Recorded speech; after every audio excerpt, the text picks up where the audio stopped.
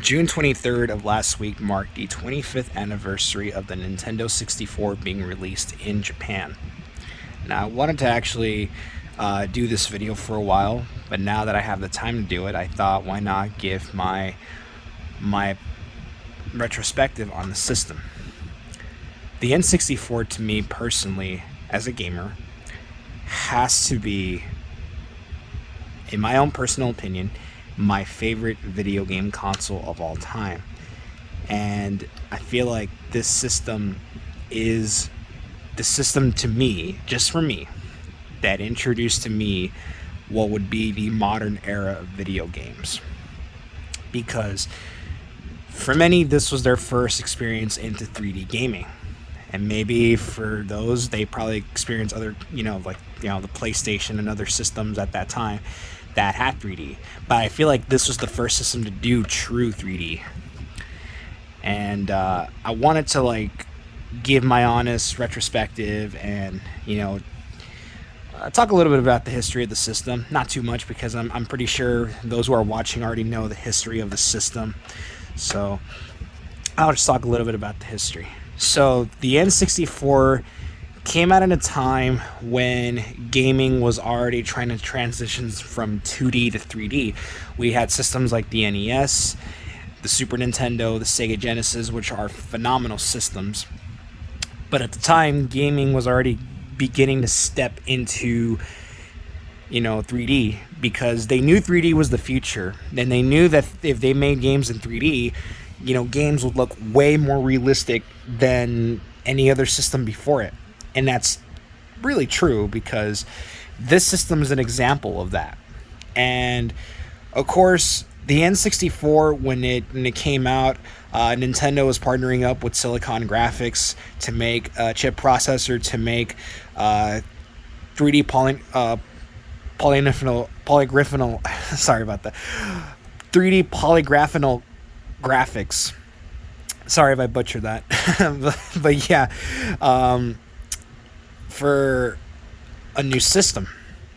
And at the time, of course, Nintendo had kind of already experimented with 3D before in the past. They've experimented with 3D with the Famicom. They had a headset that you put, and I think it was used for games like 3D Hot Rally, and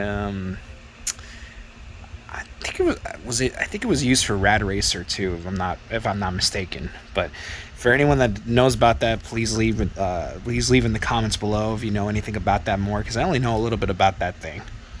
And then, of course, Nintendo experimented with 3D graphics with games like Donkey Kong Country, and of course, Star Fox for the Super Nintendo. Star Fox is the first polygraphical game for a Nintendo system. It was, that game that pushed the Super Nintendo to its limits because of the Super Effects chip. But this system was different. This system, did it all. It did 3D all. Just technically, this did 3D. And this system is kind of controversial in some way to Nintendo's history, because although the system is still loved and still, played by many others out there, myself included, I think this was at a time when Nintendo kind of lost the market to Sony, when Sony, of course, came out with the PlayStation, and Sony was dominating that market.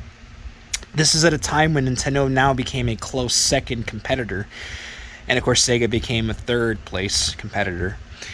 And it's controversial in a way because of what you see here. And of course, what was that is that Nintendo sticked with cartridges. Now, I'm not going to talk about that a lot, but I'll just reiterate it a little bit. So Nintendo chose to stick with cartridges because they thought cartridges were less expensive to make than CDs. And also, they thought that cartridges would kill off load times for games.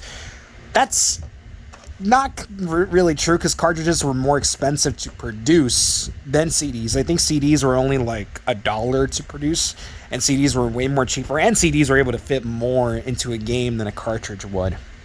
So that was one of the downsides for that. And of course, that's one of the reasons that so many people kind of got turned away from this system when it was coming out.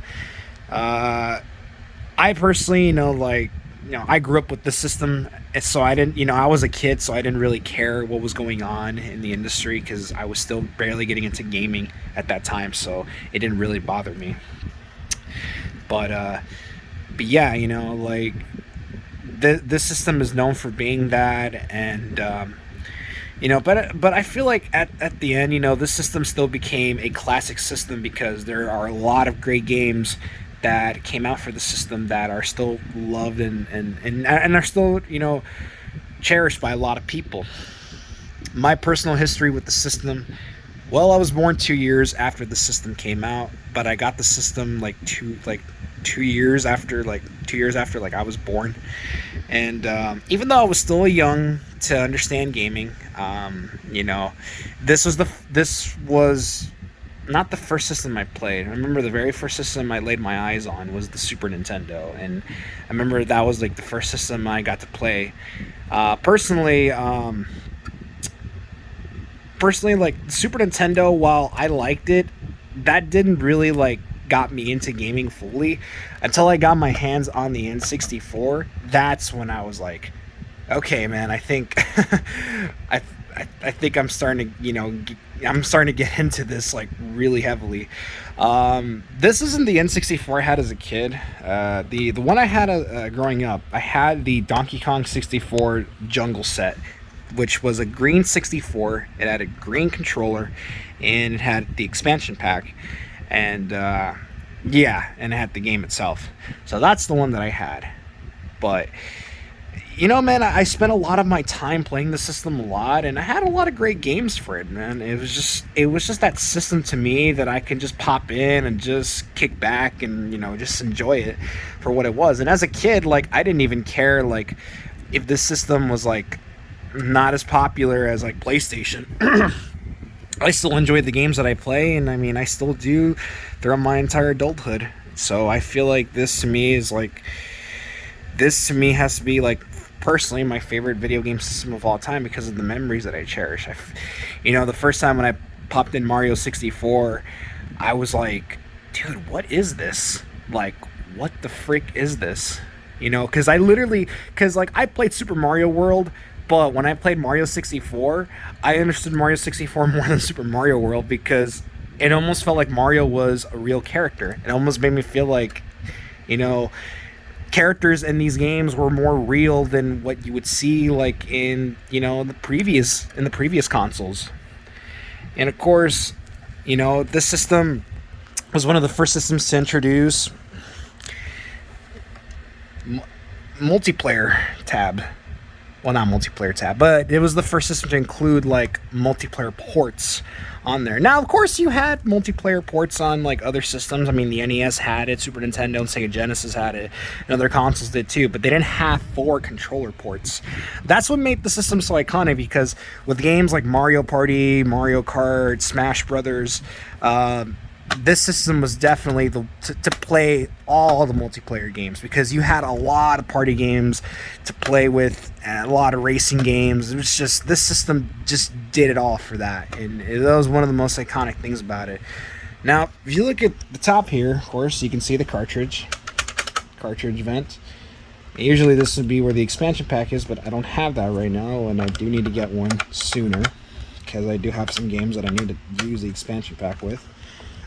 You got your reset button, power switch, and then on the back here, a lot of people don't quite know what this is, but some people, obviously, if you're watching this, you do know what this is. Obviously, I don't need to refresh your memory about this, but for those that don't know, so this is an expansion port that Nintendo had implicated for the system. So what this was going to be for, Nintendo had released an add-on called the 64 disk drive, or you might know this as the 64DD. Now, the 64DD was an add-on that was like meant to like fix the cartridge solution that Nintendo was facing, because a lot of people were not happy that Nintendo was using cartridges for the N64, and they thought, okay, why don't we make an add-on where you can play floppy disk games, and they're gonna play and look better than the cartridge games that you see. And although the 64 DD came out, it never came out in North America, so we wouldn't have known how it would have done. But in Japan, the add-on did bad. Like it was just a commercial failure in and of its own right. And Japan, I think it only sold like 15,000 units, so that's really bad. That's really bad. So yeah, this is what this was meant to be. It was meant to like, basically, and yeah, you can hear rattling. The system, it still works, but this isn't the one I use anymore. So yeah, I'll show you another one later. But anyway, so you would, like, for example, you would plug this into the 64DD, and it would like stick on the top. And what the 64DD was, it had these like floppy disk games that you would like insert to the system. And the games, from what I remember that I've seen that they released, that they have like a Mario Artist series, which is like a spiritual successor to Mario Paint, and they have like an F-Zero X expansion kit, which is like kind of like the predecessor to Mario Maker, but obviously you make your own F-Zero tracks, which that one's pretty cool. I've actually seen that online. That's a pretty cool one. They have a game called Ocean the Giant, when you have this like, it's like a god simulator kind of game. Kind of, it didn't really interest me. And then I think there's like a version of SimCity for this, for the add-on.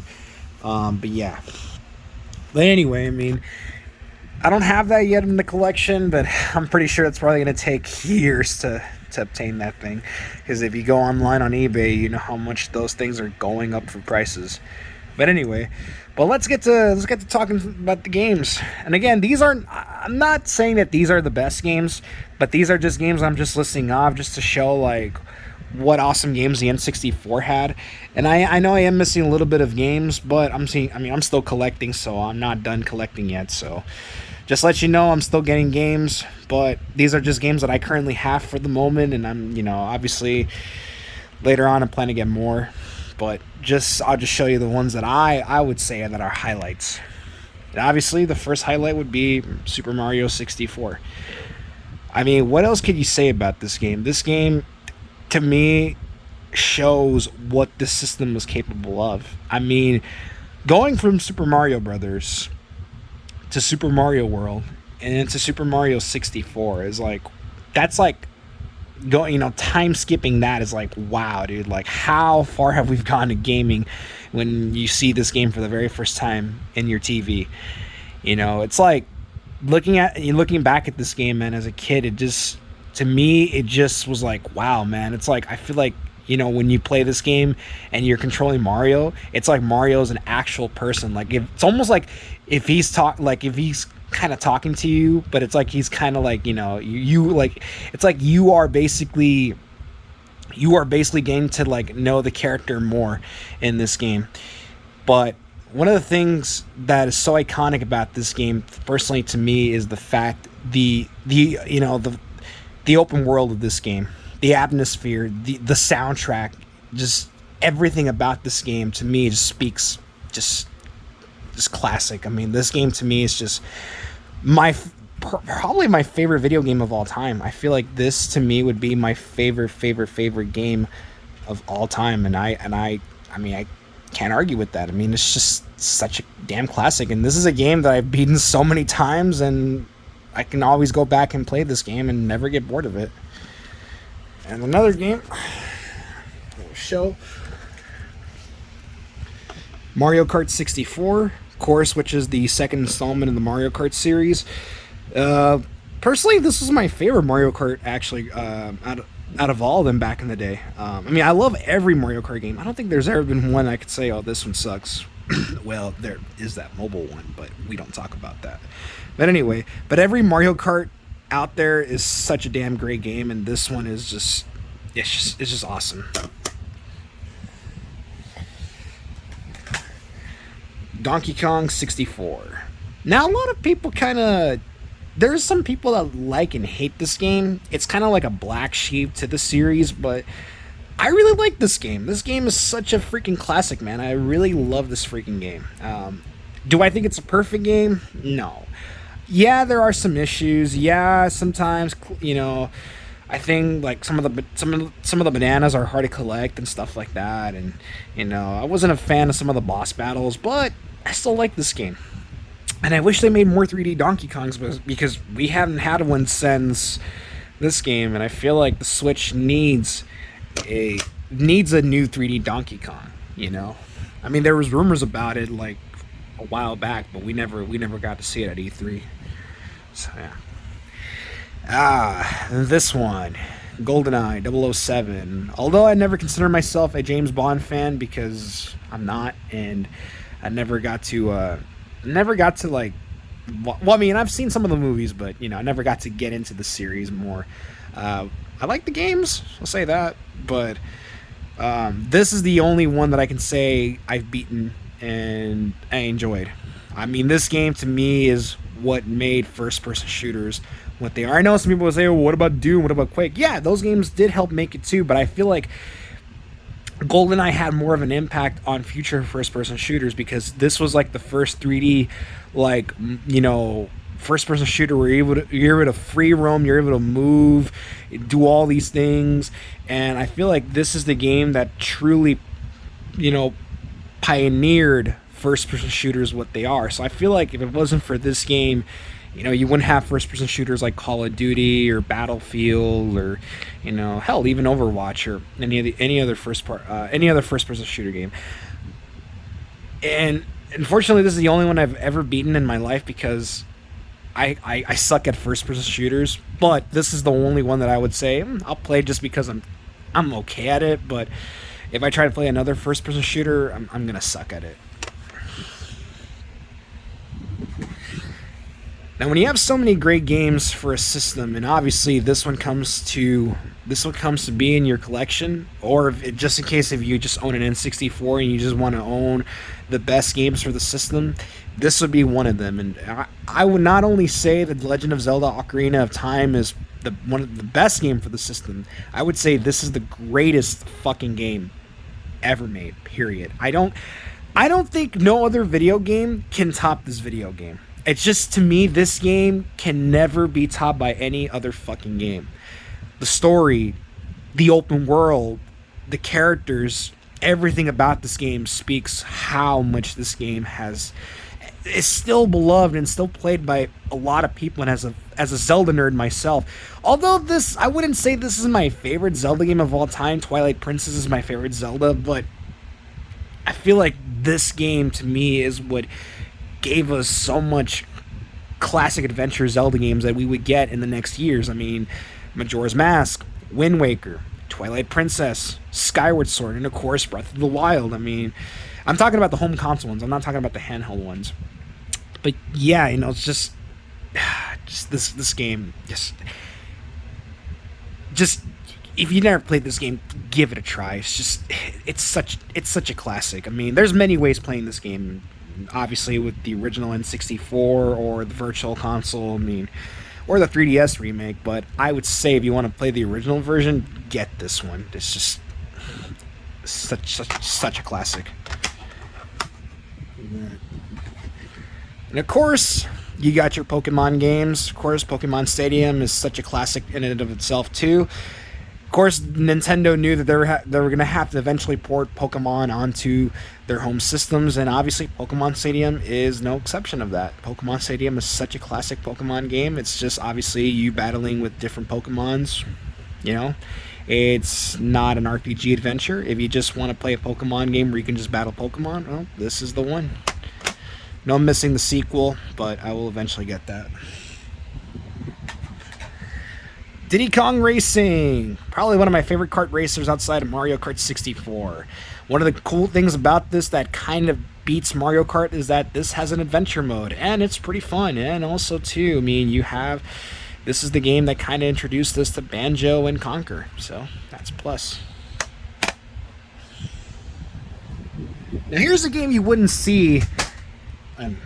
Well, something dropped, but I'll worry about that in a bit. And this is a game you wouldn't see in my highlights. This is WWF No Mercy. Back in the 90s, WWF was like the shit back in the day. So this is when professional wrestling had, was in its peak. This is when they were in their attitude era, when you had like wrestlers like Stone Cold Steve Austin, The Rock, Triple H, Undertaker. This is when wrestling was gold back in the day. This is when, like, even if it was like fake, obviously, because even it's always been fake. But even though, like, as a kid, this is when you would always think it was real back in the day. But dude, man, this era this is the best time for wrestling, and obviously this is probably the best wrestling game of all time. Although I'm not a wrestling fan anymore because I stopped watching it when it became PG, and we all know how that turned out to be. I still think that this game is still fun. I mean, I haven't played it in years, but I would say this is definitely a game I would recommend for the 64. Even though I would never recommend a wrestling game because I'm not a wrestling, I'm not a wrestling fan anymore, but I'm not really like into wrestling games as I used to be back then, when they were good back then, but if you're a wrestling fan and if you really want to get a good wrestling game, I'd say this is probably the best one to get. Next up, we got Yoshi's Story, which never cared about Yoshi's Island for the Super Nintendo, and I'm pretty sure you know why I don't care for that game. I mean, I'm still gonna get it for the collection, but still, I don't care for Yoshi's Island. But I love this game. Super fun, super relaxing, and super addicting Yoshi game. If you never played a Yoshi game, you might want to start with this one. Pretty cool. Next one we got here, and the games fell down now. Oh, whatever. Perfect Dark, which is a spiritual successor to GoldenEye. Same thing like GoldenEye. It's a fun game, pretty good. Never beaten it, unfortunately, but I always enjoyed the multiplayer. The story mode was pretty good on this game too, kind of better than GoldenEye. But I think GoldenEye's multiplayer was a little bit more better because that was where it had its peak. But this game is still fun. Obviously, you do need an expansion pack to play the story mode, so that's kind of a downside, but I mean, it is what it is.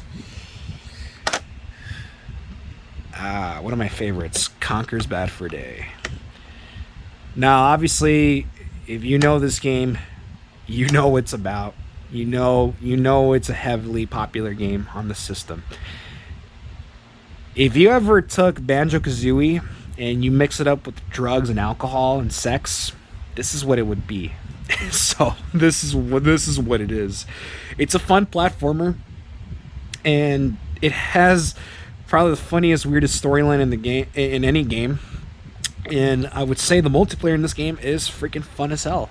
So if you never played it, I would say give it a try. Although, I will say getting this game nowadays is pretty hard because this, finding it, even if it's like loose, this game goes for a lot of money on eBay or on Amazon. So I would say maybe emulate it.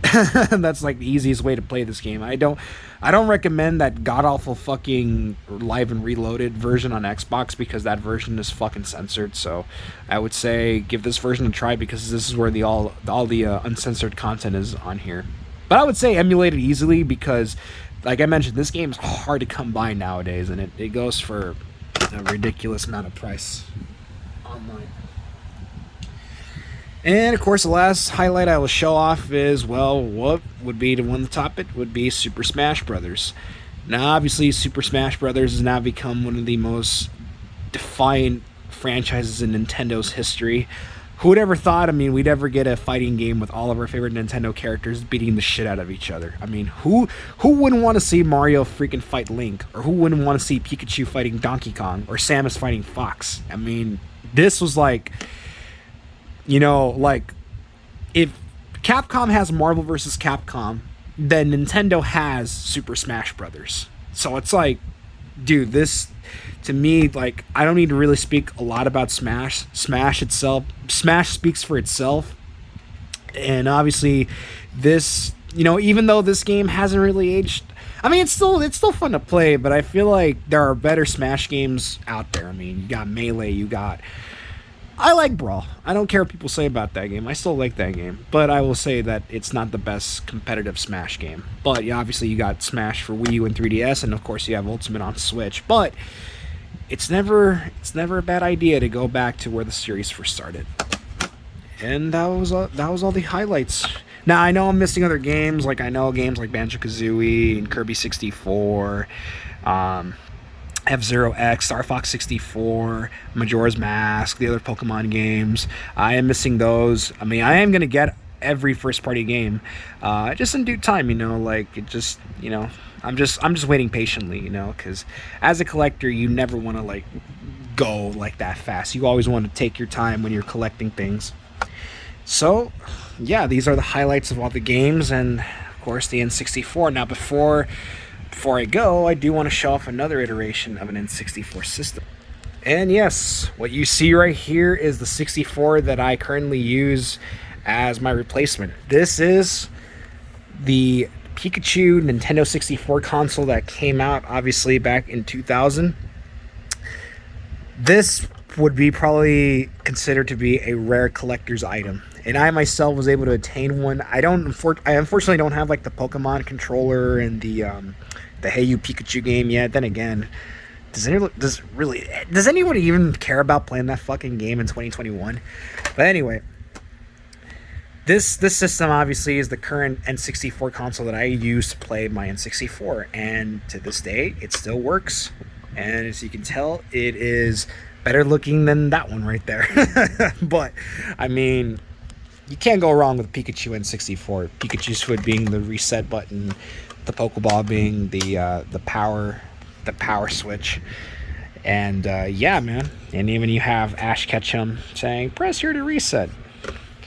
You got the Pokemon logo, Pikachu, Nintendo 64. And one thing that they did get rid of, they got rid of the N64 DD slot. They got rid of that.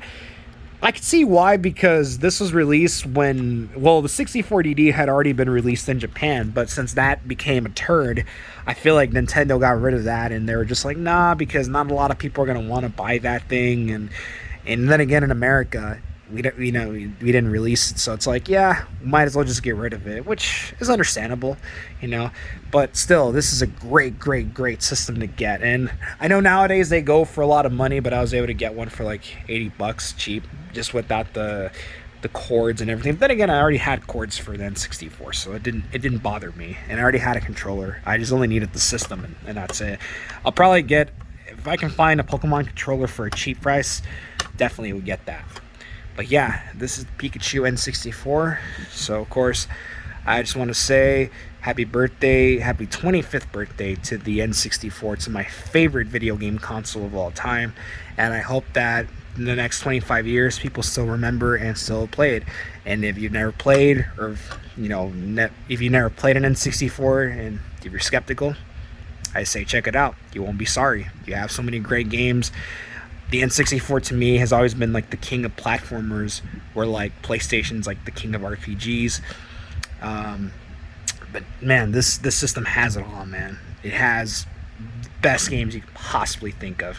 So if you are interested in picking up a 64, I say go for it. It's an inexpensive system to collect and to get into. So I would say definitely give the system a shot. All right, this has been Lone Wolf, and I'm out.